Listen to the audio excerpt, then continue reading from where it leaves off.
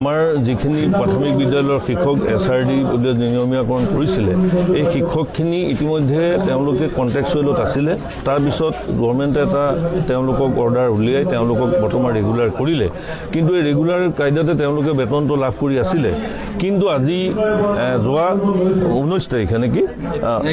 যোৱা 31 তাৰিখে এটা অসম গভৰ্ণমেণ্টৰ পৰা অৰ্ডাৰ ওলাইছে যিটো অৰ্ডাৰ মতে তেওঁলোকে বৰ্তমান যিটো হাৰত মানে যিটো ছিষ্টেমত বেতনটো পাই আছে স্থানীয় কোষাগাৰৰ জৰিয়তে কিন্তু সেইটো অৰ্ডাৰ বাতিল কৰি তেওঁলোকে এতিয়া বৰ্তমান চেণ্ট্ৰেলি বেতনটো আগৰ যে কন্ট্ৰেকচুৱেল পৰ্যায়লৈ লৈ যোৱা নিচিনা আমাৰ এটা অনুমান হৈছে গতিকে সেই পৰ্যায়লৈ যোৱাৰ কাৰণে আজি অসম ৰাজ্যিক প্ৰাথমিক শিক্ষক সন্মিলনীয়ে যিহেতু আমাৰে আমি একেলগে এখন বিদ্যালয়ত শিক্ষকতা কৰি আছোঁ গতিকে অসম ৰাজ্যিক প্ৰাথমিক শিক্ষক সন্মিলনীয়ে ইয়াৰ প্ৰতিবাদ স্বৰূপে যাতে সেই অৰ্ডাৰ বাতিল কৰি পুনৰ তেওঁলোকক আগৰ যিটো নিয়মত স্থানীয় কোষাগাৰৰ জৰিয়তে বেতন লাভ কৰিব পাৰে তাৰ কাৰণে আমি আন্দোলনৰ কাৰ্যসূচী ইতিমধ্যে ঘোষণা কৰা হৈছে আৰু এই আন্দোলন অহা 7 তাৰিখৰ পৰা আমাৰ আৰম্ভ হ'ব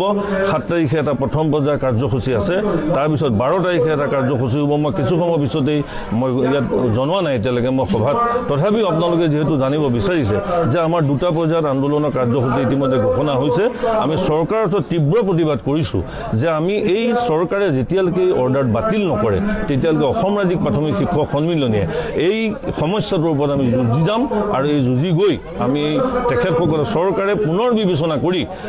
এই শিক্ষকসকলক যাতে নিৰাপত্তাহীনতাত নভোগায় তাৰ কাৰণে আমি দাবী জনাই আন্দোলন আমি আগবঢ়াই লৈ গৈ থাকিম আমাৰ ইয়াত বিশ্বনাথ আৰু বিহালী মই গহপুৰৰ কথাটো মই নাজানিম তথাপি বিশ্বনাথ আৰু বিহালী দুটা শিক্ষাখণ্ড আছে লগত নদুৱাৰ শিক্ষাখণ্ডটো ইয়াত সংযোজিত হৈ আছে যিহেতু বিশ্বনাথ জিলা মানে শোণিতপুৰৰ পৰা ভাগ হৈ আহোঁতে নদুৱাৰ এটা পাৰ্ট ইয়ালৈ আমাৰ আহিছে বিশ্বনাথ শিক্ষাখণ্ডলৈ গতিকে খুবেই সম্ভৱ 400+ আমাৰ টিচাৰ হ'ব লাগে এই শিক্ষকখিনিয়ে বৰ্তমান SRD জৰিয়তে নিয়মীয়াকৰণ হৈছিলে কিন্তু এতিয়া গোটেই শিক্ষকখিনি এটা অনিশ্চয়তাত মানে ভুগি থাকিব লগা হৈছে আৰু তাৰ কাৰণে আজি আমি বিশ্বনাথ মহকুমা প্ৰাথমিক শিক্ষক সন্মিলনীয়ে আমি প্ৰথম এই শিক্ষকখিনিক লৈ এখন সভা অনুষ্ঠিত কৰিছোঁ আৰু পৰৱৰ্তী পৰ্যায়ত আমি এই শিক্ষকখিনিক লৈ অহা যিটো কাৰ্যসূচী ঘোষণা কৰা হৈছে 7 তাৰিখে এই আন্দোলনৰ কাৰ্যসূচী আমি 7 তাৰিখে আমাৰ এটা ধৰ্ণা কাৰ্যসূচী হ'ব তাৰপিছত 12 তাৰিখে আমাৰ প্ৰতিদিনাই 300 শিক্ষকে অন্নখনত বহিব এইটো ৰাজ্যিক সন্মিলনে ঠিক কৰিব কেনেধৰণে ক'ৰ পৰা কেনেকৈ বহা আমাৰ এতিয়ালৈকে পেটাৰ্ণটো ঠিক কৰা হোৱা নাই কিন্তু প্ৰতিদিনাই 300 শিক্ষকে আমি অন্নখন কৰিবৰ কাৰণে আমি সিদ্ধান্ত গ্ৰহণ কৰিছোঁ